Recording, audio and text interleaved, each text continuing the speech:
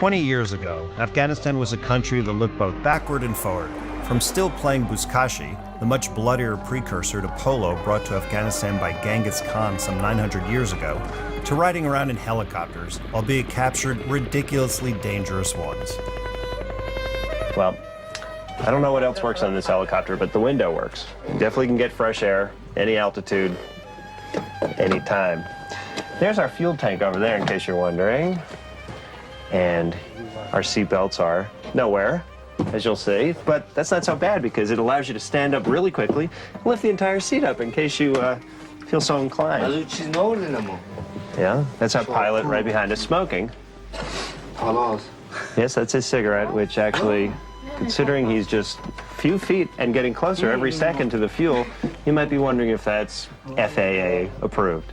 20 years ago, the country was torn apart by religious fanatics who sought to impose a brutal form of Islam that predated Genghis Khan, fighting those who believed they could build something resembling a democratic society.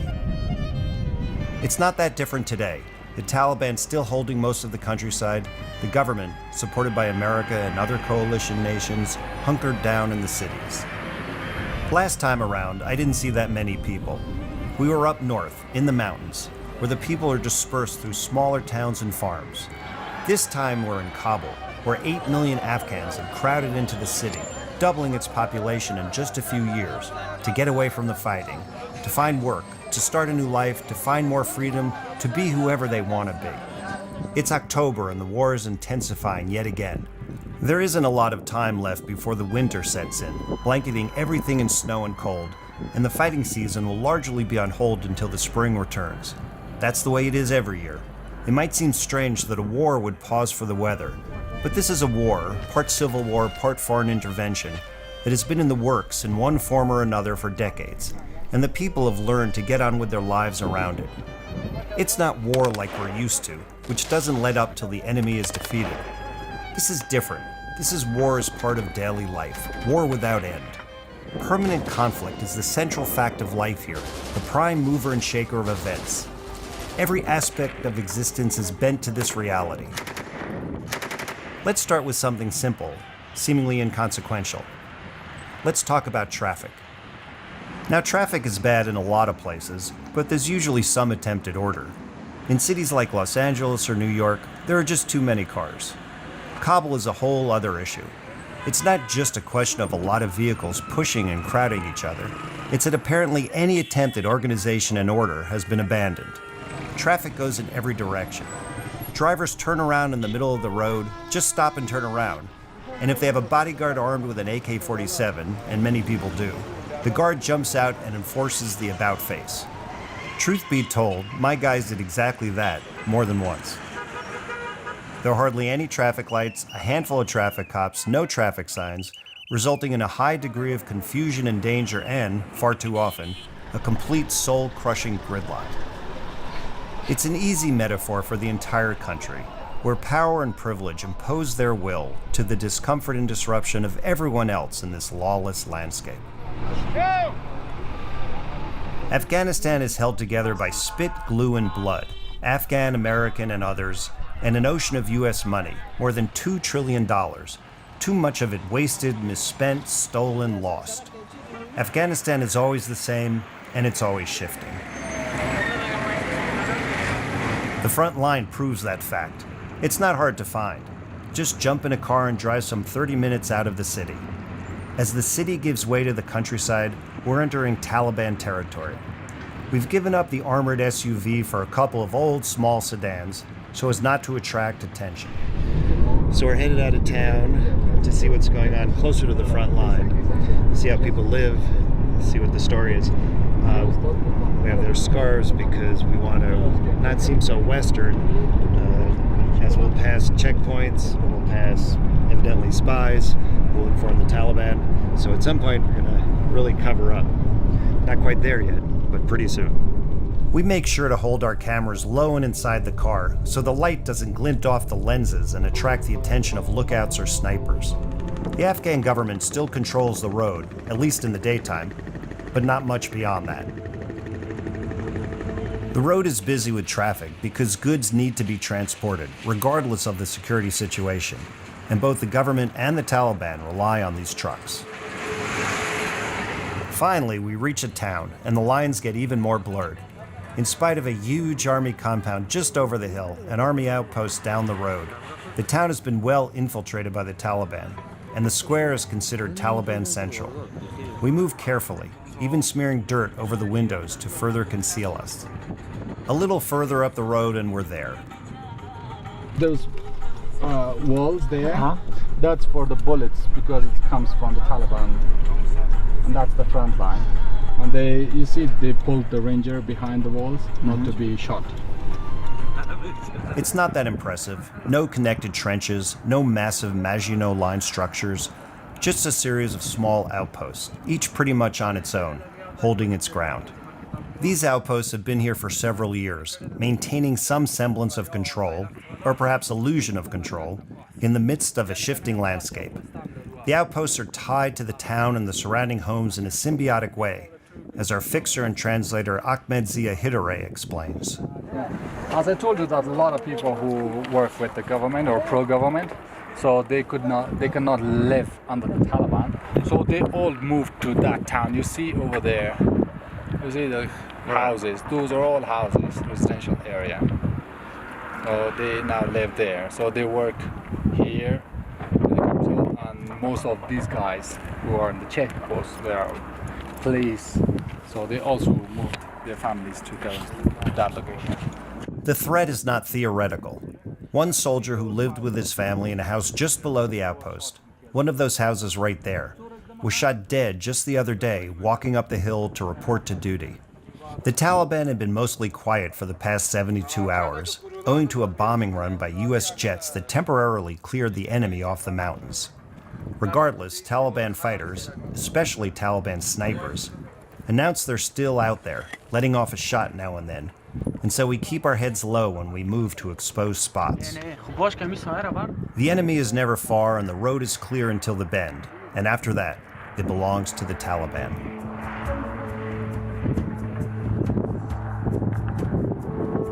The army could push them off, but doesn't have either the resources or strategic stamina to keep them out.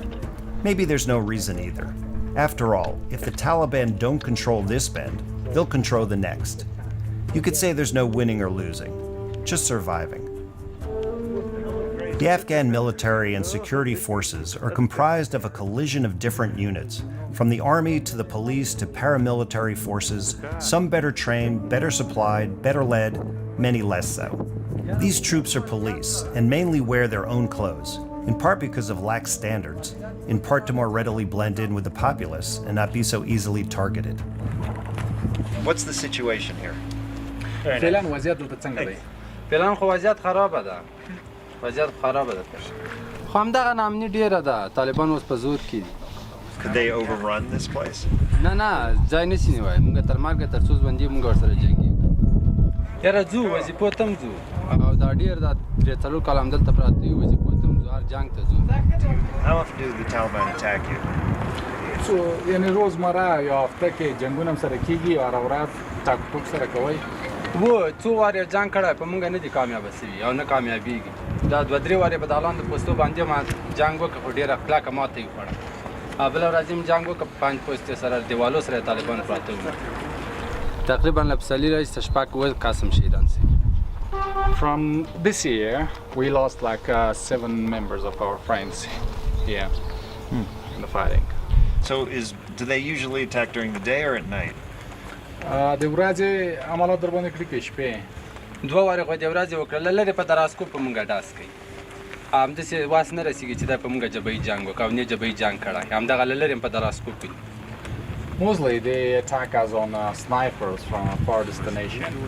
But recently we had 2 daytime attacks, big attacks, and 1 at night. And you've been here 4 years, what do you think is going to happen? څلور کاله کې چلته یې څه فکر کوي چې څه به وشي؟ راځنو توکل په خدای مونږ خو ورته پراته یو تر څو ژوندي ورسره جنګیږو. We pick up an escort as we head further into Badlands. In between the danger, life can get monotonous in the hinterlands, and the men seem pretty happy to have visitors. As we head into the mountains, the armored vehicle takes up the rear position, Fine for observing an attack, not so good for protecting us in our little tin cans. Regardless, we drive along the dusty road, past the walls that enclose homes and farms. The road winds up, down, and around, ending on the edge of the settlement, where a sort of fort stands, its high walls well reinforced. It's a strange-looking place, both modular and shambolic, dropped in the middle of this arid land.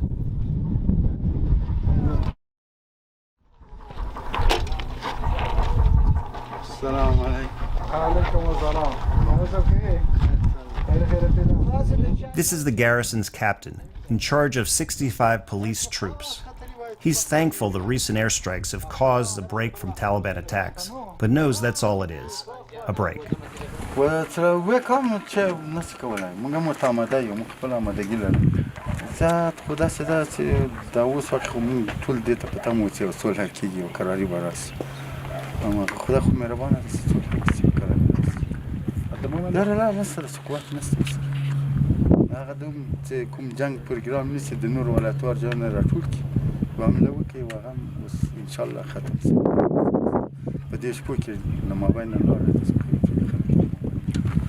We leave the compound for a quick patrol, but it's all quiet. A couple of the men decide to fire off a few rounds, just for fun, and to show off for visitors. Apparently, they haven't visited Arizona, where I live, and where we have more than a few guns of our own.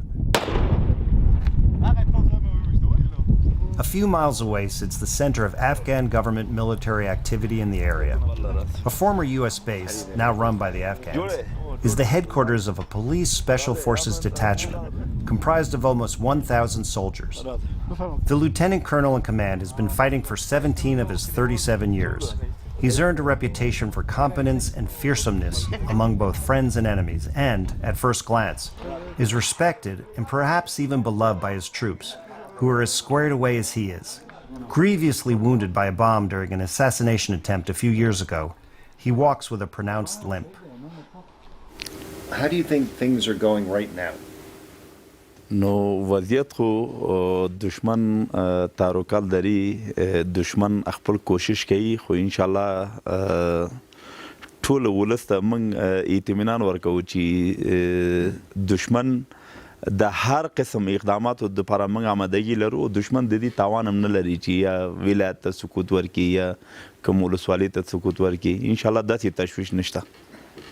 Why can't they be defeated here? You have superior, probably numbers and superior equipment, so why does this stalemate exist? Vedeți ce guru însă de tosul wasail یا tankuna یا اسلحه یا لوجستیک تر دښمن نه بهتره دي. ولې نشي کوای چې فرضاً دوی د دوی د بین یوسي؟ دشمن خو د عام المنفعه ځایونو نه استفاده کوي، لکه د ولس کورونه شو، باغ شو. موږ ځان ته اجازه نه ورکوو. زموږ وظیفه د ولس خدمت دی چې طالب غوندې موږ هم اقدامات وکړو، بیا زموږ هغې منځ کې فرق نه پیدا کیږي. Do you think the people are on your side or on the Taliban side? ملت خو موږ سره د ملت خو دشمن سره نشته. هغه خو تعاملي جبري خلکو باندې خلک ګریوګان نیسي کله چې په زموږ په پوستو باندې عملیات کوي د ولس د.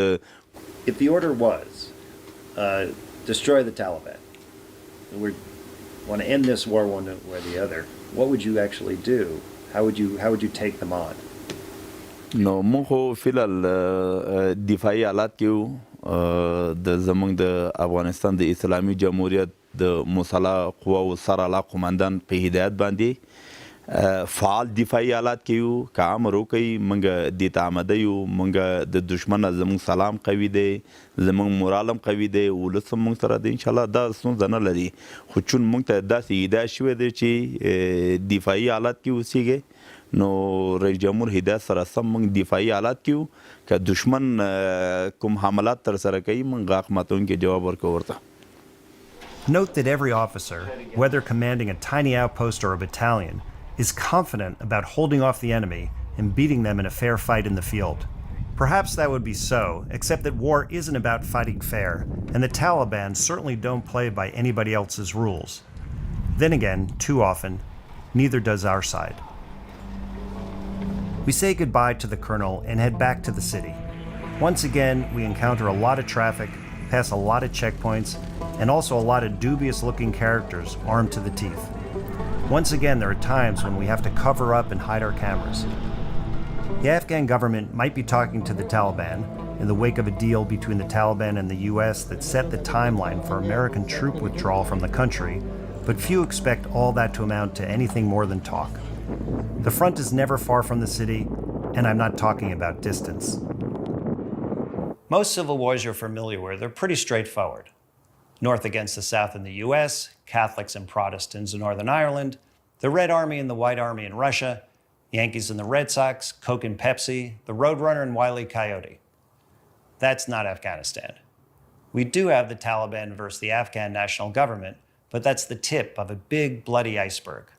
There's tribal warfare between the Pashtuns, Uzbeks, Tajiks, Azaris, and others, warlords killing and murdering for their own profit and power, and then throw in Al-Qaeda and ISIS and Pakistani intelligence and Iranian spies and Russian agents, on, all making alliances and breaking them, conspiring with one group and betraying another, and the killing goes on.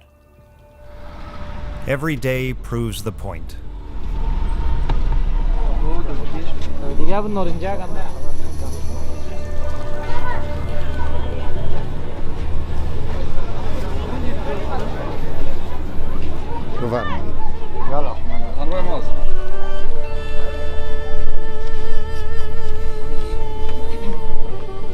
A suicide bomber had blown himself up at a girls' school at the end of the day.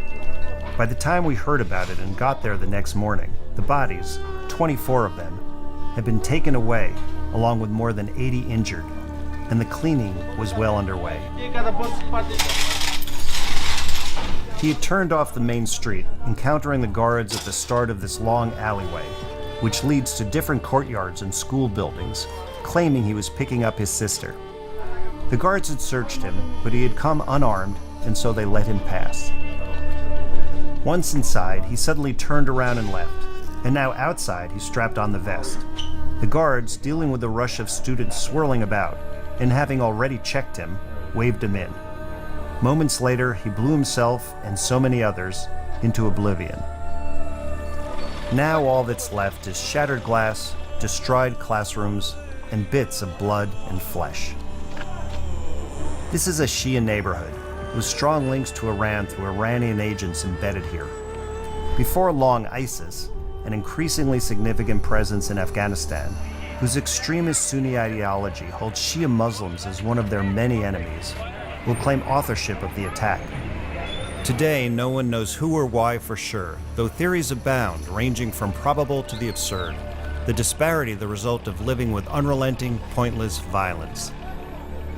This is the director of the school. It is clear the enemies of the people of Afghanistan who are. It is clear. So for the government, for the people, for the high-ranking officials, it is clear who is responsible. But it is a very bad explosion. So is it, when you say it's clear, is it the Taliban? Is it ISIS? Is it foreigners? So I cannot say exactly who are they. I cannot name. So it is absolutely specific for the people, for the Afghan nations who are attacking and who are killing the Afghan nations, the Afghan tribes, the Afghan people. It is very regretful for the people. A young man blames the Afghan government. That there is many students that they are getting ready for the matriculation exam. Who do you think committed the attack? Who was the responsible? Who was responsible? It's clear that it's whom they don't want that our people improve. And the last matriculation exam, the general first position of whole Afghanistan was from this center, and that's those people that they don't want to our people improve. It is not a governmental center. Just all the students, innocent students, all of them are just 18 years old. And this man, member of the Shia Jafari sect and father of a daughter who thankfully was not hurt, let loose with his fury. دشمن بخواد که ما درس خدا الا بتیم نمیتیم ما درس ما را ورزش ما را ما جعفری مذهب هستیم به دولت ما خیانت نکردیم به هیچ کسی از حقوق خود از سال 71 تا این سر روز ما دفاع کردیم بس از دیگه ای کار نوکرای کشورهای خارج تا بکی مردم تو قتلام از قتلام ما نمیترسیم رهبر شهید ما به ایران رفته ما هم سر جان ما فدای ایران است دیشب کجا بودیم مردم که اینجا دوتای گوشت مردم جمع میکرد یا چی کار کرده میان درس میخونن آینده کشور را جور میکنن به محرم ما خودم امنیت خودم میگیریم چرا یک پتاقی صدا نمیتست پیش ما خودم زخمی جنبشی رو شنه بدیم از انگسو ما بگید ترس میخوریم این کار ما ادامه میتیم اموال چرس بیا پای ما معلولین ما کار معلولین گرفتن نمیتونه غریب کار ما غریبی نتونه کاسب ما اینجا کاسبی کنه بچه های ما درس خواندن نتونه تا بکی ما خودم 14 تا چرس بیا پایم هم سنگرایم اموال به خانه خواست بازم بچه های خود به درس میرم کار میکنیم غریبی میکنیم میگیم باشه درس بخون آینده کشور ما جور شود از این بدبختی برایم تا بکی تو بدبختی Tensions are high, and it was thought best not to bring our Afghan film crew, that they'd be looked on with suspicion for reasons not entirely clear to me, so we went without them. Now the crowd is getting larger and louder as we leave. We stop before an anguished young woman who keeps asking, over and over, why her friends were murdered, for what purpose, when all they wanted to do was study and learn.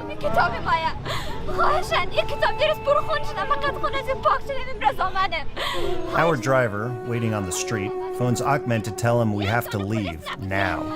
People are muttering that the Americans support ISIS and the Taliban, and that means the Americans are behind the bombing. The crowd's anger is quickly, dangerously spiraling, and since we're the only two Americans around, the driver says we are running out of time before we're attacked. We go. As we leave, I am struck by how normal the street seems. Stores open, people shopping, talking, laughing. When something terrible happens back home, a mass shooting for instance, the shock and horror of the event causes everything to stop in that place, that neighborhood, for a moment to mourn. Apart from the precise destroyed location of the attack, that is not true here. Perhaps there are just too many attacks, too much tragedy. Life goes on. Existence is precarious enough in Afghanistan. People can't afford not to work, because survival for many is a day-to-day affair. So the markets are busy, the shops are open, the schools remain full. They keep the doors open. They keep practicing their trades, perfecting their crafts, building, creating, cooking, selling, hawking, haggling, pushing, dealing, finding a way to make a little money, finding a way to keep going. Some are even opening ambitious new businesses, requiring not only faith in the future, but also substantial capital, like this restaurant. A stylish vegetarian restaurant, no less, that looks like it would fit on Manhattan's Upper West Side just as readily as on this cobble street. Of course, that future remains uncertain, and it is entirely possible that the Taliban will one day be in charge of the city.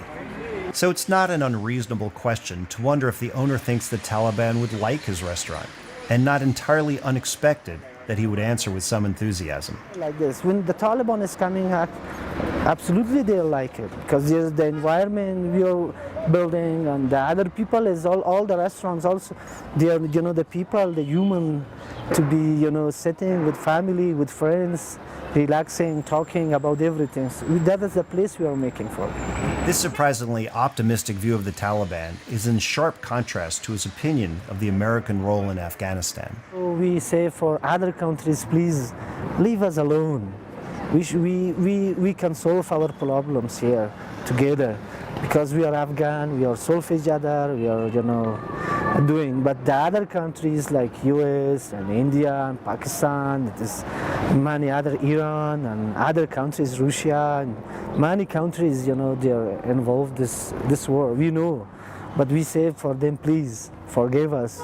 To let us, we should go. The Afghan view of the U.S. and its role in the country is, after 20 years of war, complicated, twisted around drone strikes and aid and corruption and politics. From the street to the government, the jumble of confusing, contradictory rumors, disinformation, and actual facts leads to both truth and nonsense. A young journalist expresses her distrust of the negotiations between the Taliban and America and the Taliban and the Afghan government. But for me personally, I feel like it's a game because everything is set before the peace talk starts. Because the release of the Taliban's prisoners and I don't know the behind scenes. Well, who's a game between? Who's playing the game? And of course, US and Taliban. Isn't that obvious?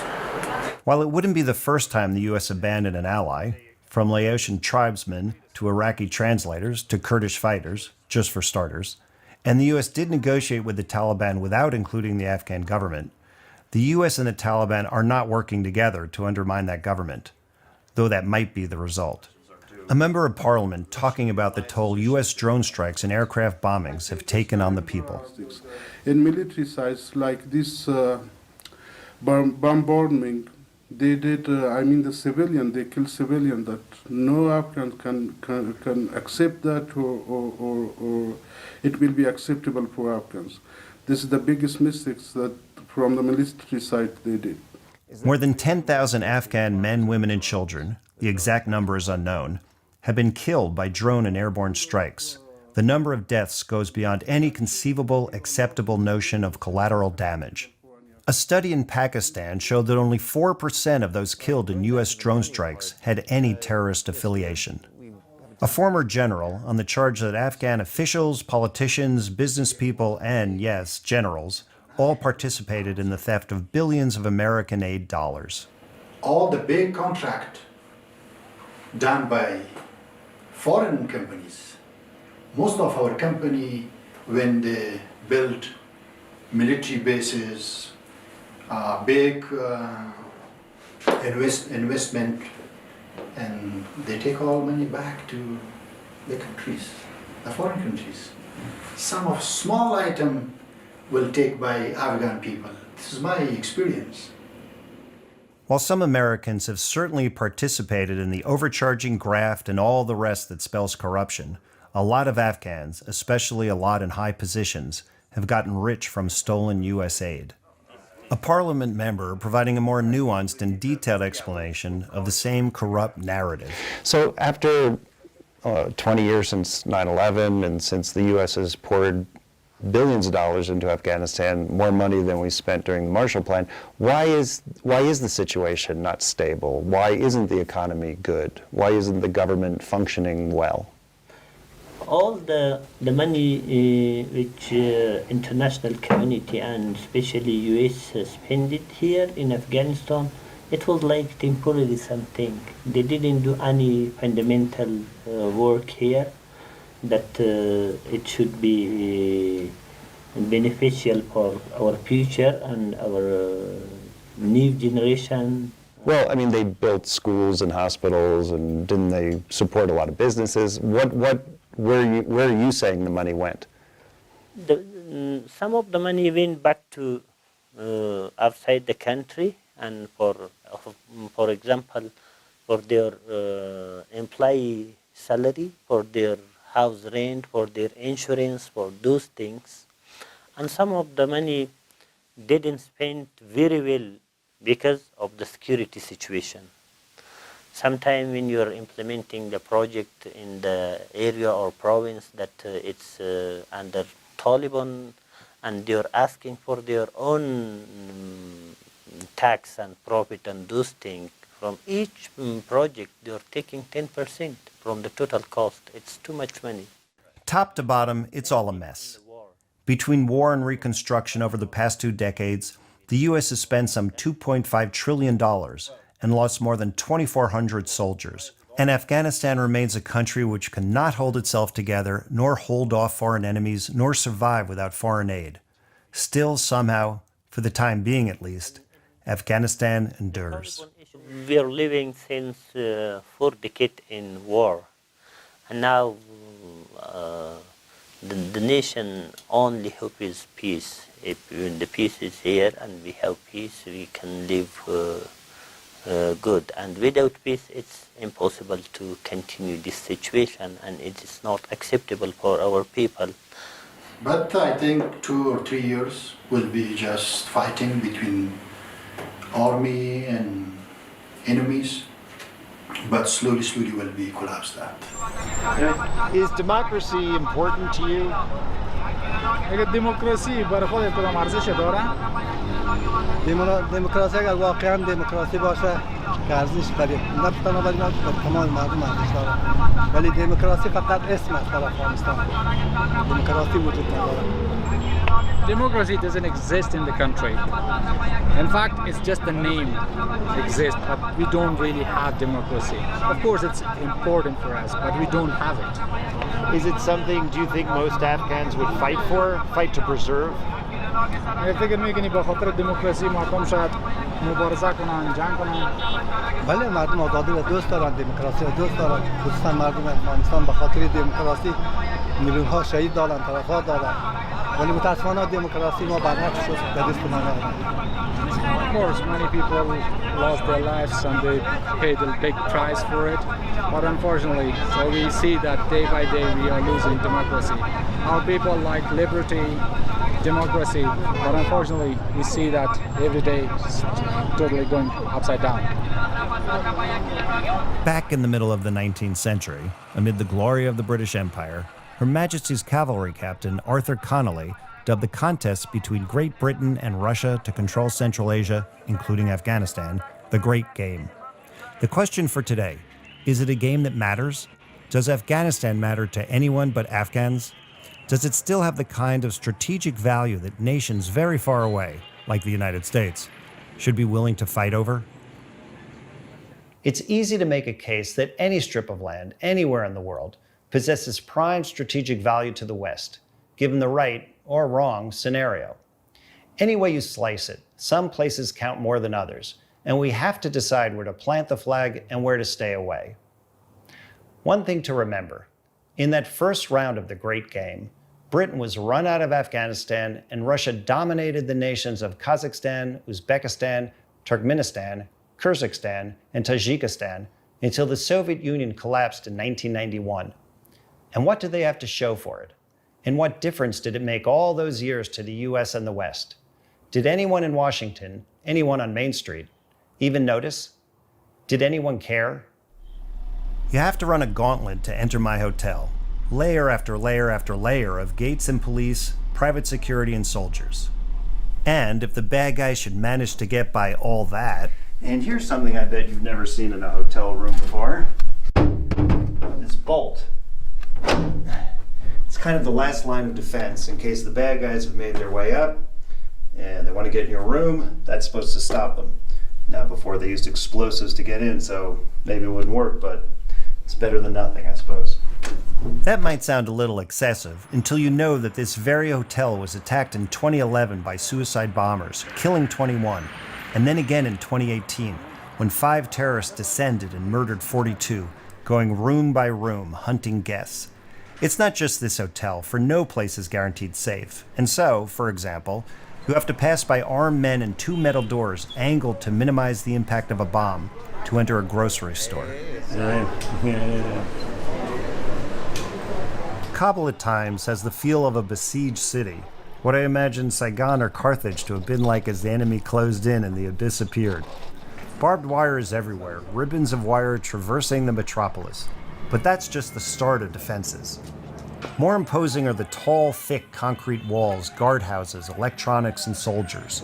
Levels of protection increasing as the wealth of neighborhoods and the importance of government ministries rises, making it coldly clear where one ranks in society. Not that, in the end, any wall or camera will make a difference if the Taliban gather the strength and momentum to breach the city. Here's another way to tell where one stands on the socioeconomic ladder. This is the King's Palace, built in the 1800s, destroyed during the Civil War in 1993-94, rebuilt. Now it's a public park, as well as it has a restaurant and an event center you can rent. What's interesting about this is you see the entire sweep of the city below, and up here, all those houses, that's where the poor people live. The rich people live down there. Now, in every city I've ever been in, the rich live up high for better protection, better air, better view. But in Kabul, like so many things in Afghanistan, everything is upside down. Layla Hidre runs this drug rehab center and another. It's her passion. In her other life, she's a successful businesswoman. The centers came about because her brother was an addict and she wanted to save him. And then she decided to save others. 7,000 and counting, in fact. She does it on her own because the government doesn't help, nor does anyone else. The government wouldn't support you or private foundations? حکومت حمایه مالیتون نمیکنه؟ نه حکومتی که از لحاظ فساد اداری مقام دوم یا سوم را در جهان داره ما از انتظارم نداریم که ما را حمایت بکنه ولی ما به عنوان افراد عادی که در این جامعه هستیم با مسئولیت و وظیفه خود رو میدونیم که بیاییم به یک گوشه از مشکلات از جامعه را حل بکنیم کاری را که باید دولت انجام بده اما خاطر اینکه درست نمیتونن انجام بدین ناگزیر مردم عادی خودشون شروع کردن به کار. She set up this shoe business to help fund the rehab centers. Some of the workers graduated from her program. It's a tough go, but it works.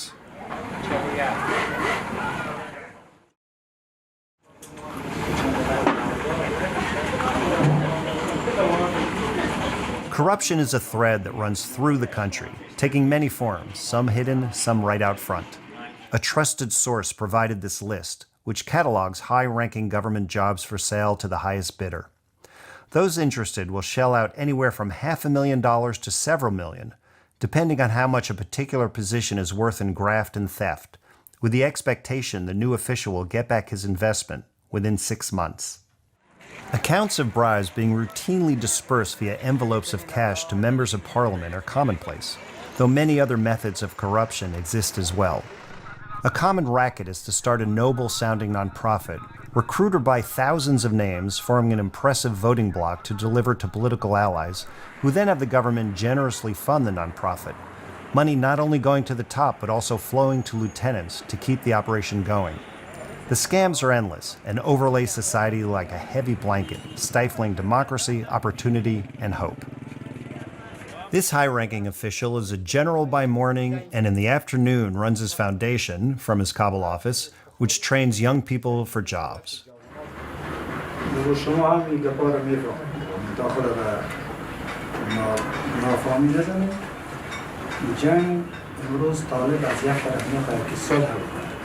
با مردم افغانستان مردم پروسه صلح پیش میبرند ولی از طرف دیگر مردم کار میکنه امیال فعلا در 36 ولایت جنگ گریان دارد یک بازی بود که امریکا مردم امریکا با افغانستان بازی میکنه. The Taliban are negotiating for peace and all that. Do you have faith in that? Do you trust that?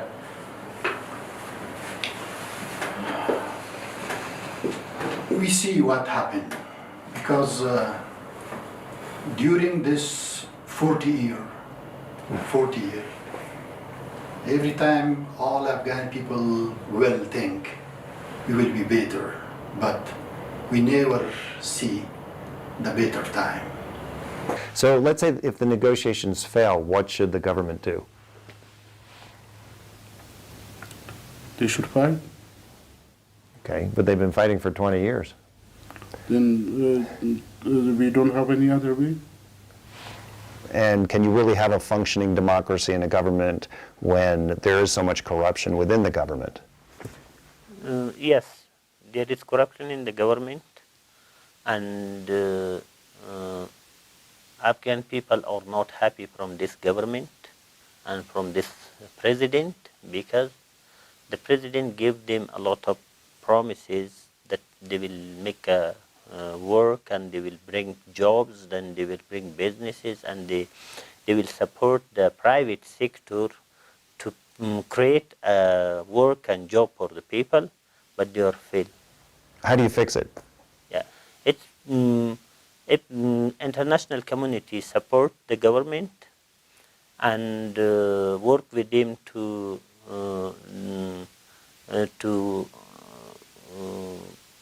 give the good service to the people and without any corruption, it's possible. If you look at the history of Afghanistan, there's often been one country, whether it was the British, the Russians, Genghis Khan, who have invaded or been involved in Afghanistan. Today it seems there are many big countries, all the countries surrounding Afghanistan, Russia, China, Pakistan, Iran, all want a piece of it. It seems like a more dangerous time in a lot of ways than ever before. It could be more dangerous and it could be more hope because in the last, as you said, these countries were involved.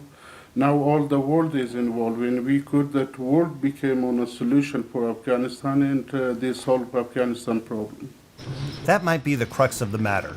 The world's great powers, the US, China, Russia, along with regional powers Pakistan and Iran, as well as India, halfway between regional and great power, have planted their flags in Afghanistan, some more firmly than others, aiming at mineral rights, water claims, trade routes, market access, military positioning, all of which add up to strategic value, and each of which has proved sufficient in the past for nations to fight over.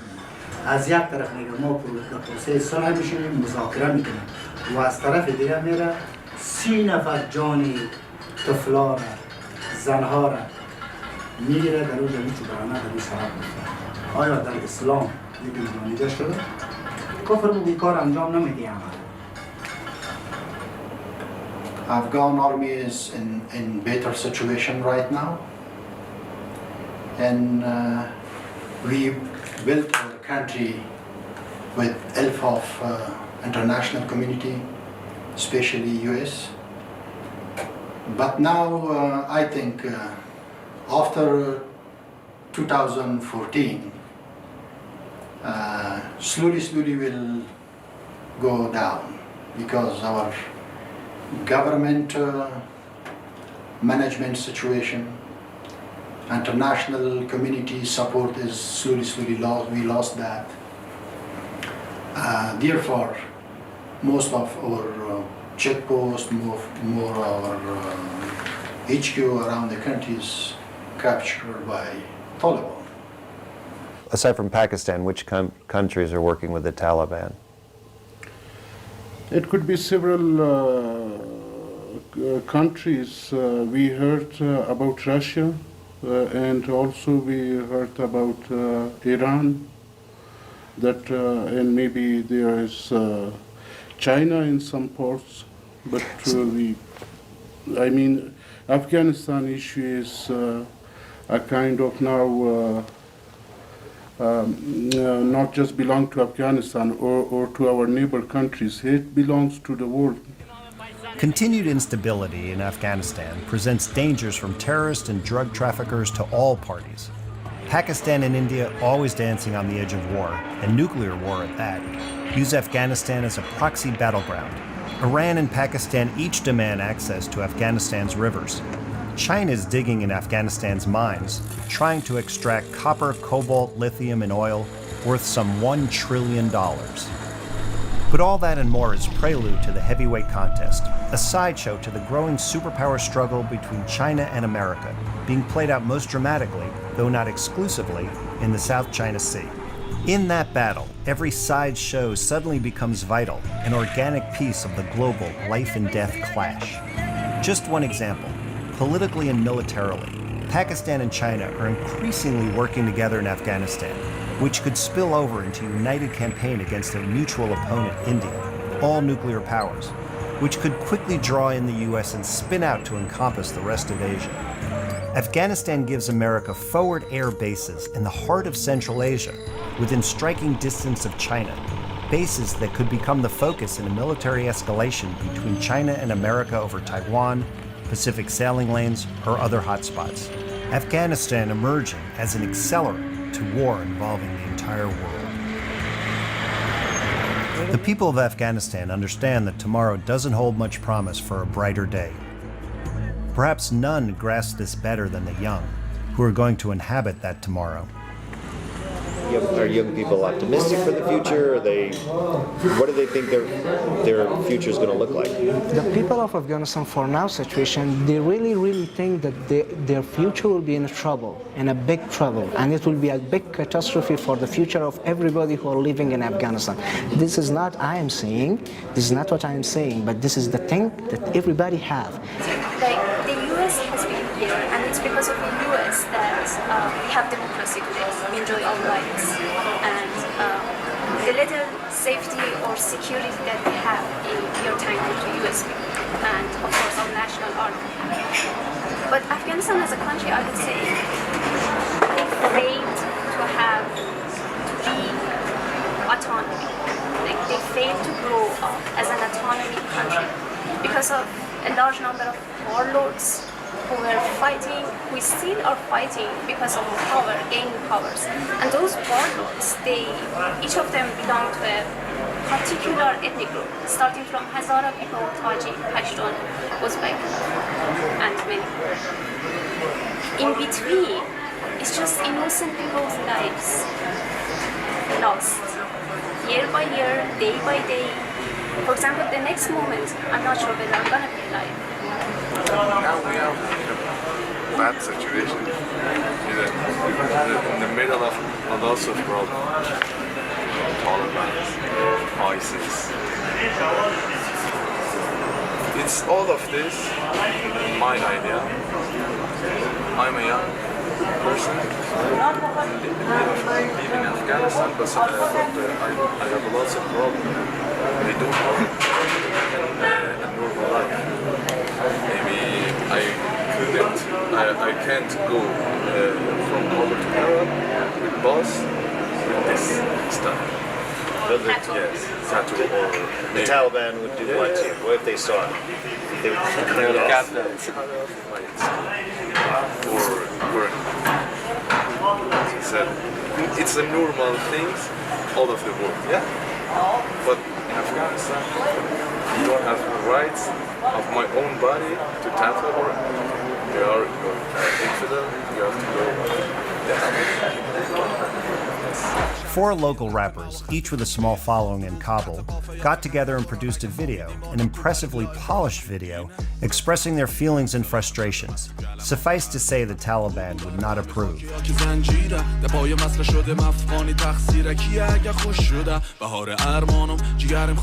When I was in Afghanistan 20 years ago, we were shocked by the simple declarations of aspiring terrorists.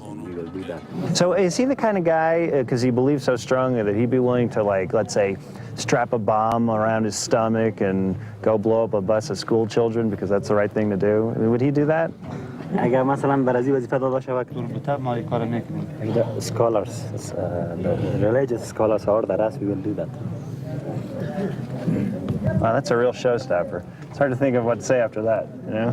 Could you tell them that I think that's like, there's nothing godly or religious or decent or human about killing children to further any belief?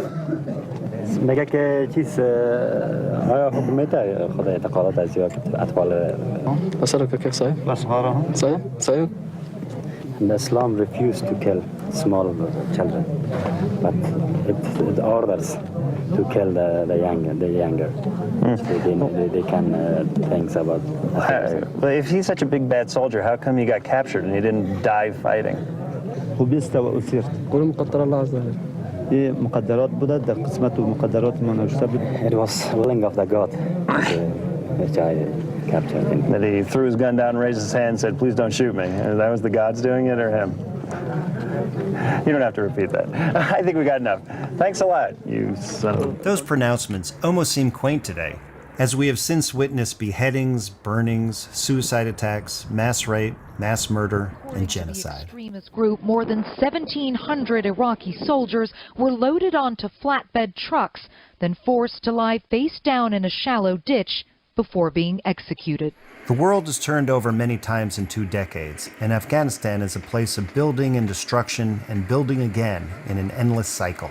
Still, as we said in the beginning, life goes on, often precariously as embodied by this motorcycle club of young men who take to busy roads to perform outrageous stunts, a dangerous form of self-expression for themselves and for all others on the road.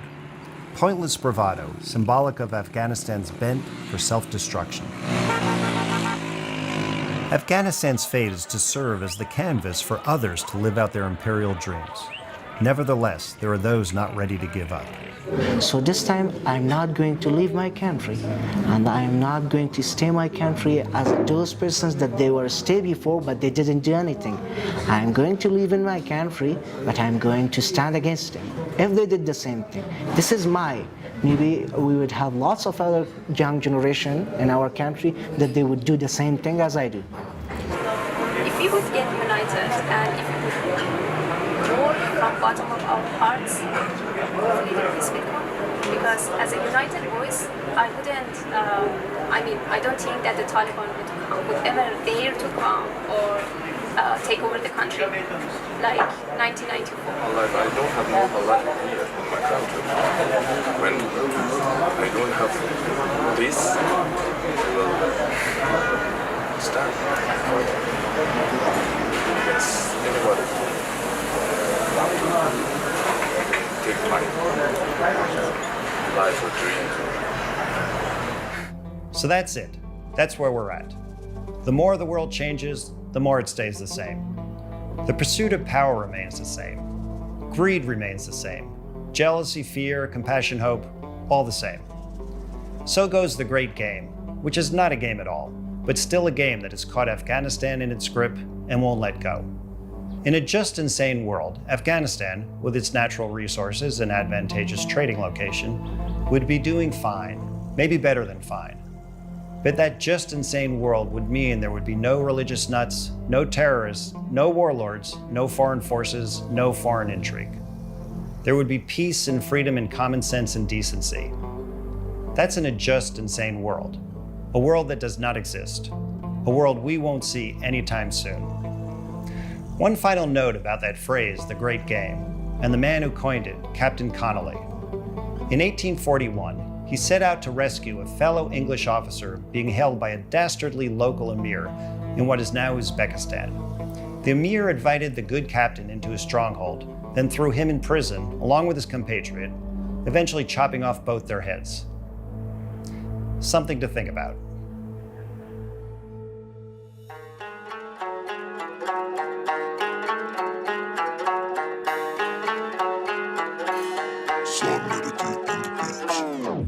ياسون منامم چیه ایجا چی میکنم کسو کارم کیه دروغ و دقلی ذاتم نیه اگه خوش کردی رپ مدقاتم بیه مستون بچه ای روی ای سرک میخوانه از زندگی که ندارد درک چه باشه کیفیم کوک اگه برم بیتیم کلاشا که سور کنیم دم بدم با تلی چلک این استق قصه سیندرلا به کاری فیلم پرنو شهوت و استمنا خط فقر و اختلاف اجتماعی تقصیر تویه که خوشی جن شدم و هم بسم الله اعوذ بالله از تو ارق ملیت نمش هم مسیر رپ ما و خط فکریت تو بگو کت قافه یا که غیر قرآن اگه فامیدی ما ناکو بریم لا اکراه فی الدینه پر از تو مسکینه سلاحم رپ مست کلمات مرمیمه تو بگو بریم همی خاکی یا که زنجیره ده پای مسخ شده مفقانی تقصیره کیه اگه خوش شده بهار ارمانم جگرم خون انار قندارم اگه ظاهرم خوشتر از دشت بگ و باشم اگم باطنم هوای پروانم مستون صدای تو صدای مردم گرد دقیقه بودن به انتظار درد مستون قلم سرخ و برگ کاغذی که هر دفعه نوشته افتخار رفت مستون خمار سرخ و مال همدلی یک ملت در پای انقلاب من کنار تو کنار هم کنار ما میشه خط کلام هیپ هاپ داری راه من روش بگی لاله تولید طولی تاریخ زخمایی ماندی با خونی تاریک داخل مدت زمان زیادی نمیره یادم ولی ما دادیم شهدای هر چیزی که حال داره با اذن خدای متعالی ساختیم اتحادی و ادامت دارم متوالی نمی خاک شدیم ما متولد گپ از دفاعش باشه همون جق و تبری برای حفظشون همه تو ما چیریکی بد کنی برخورد نکنیم فیزیکی دیدی که قد کنی نه اللهشان در ما میریم که سوارش کنیم هوای پاک بیا از کلیگین دیلیم که در کوچای کابولینی قسم هیپ هاپی سرک کار اگه کنیم بگو کس کی درای مستاد بشه وقتی تروریست جرمش اثبات بشه ولی چندان جرمی نیست بگن خیر است اسلامشه خوب ولی مشکل موضوعی کنه نیست که جای توقع رسپان میشه مرد تو وقتایی که تو را بود چرت نزن صبح نمونم بگه سرت زور دیگه دیدیش میشه کور برد از آن کسی نیست که حق تو را خور زور با جنگ نمیای بیا تو بکن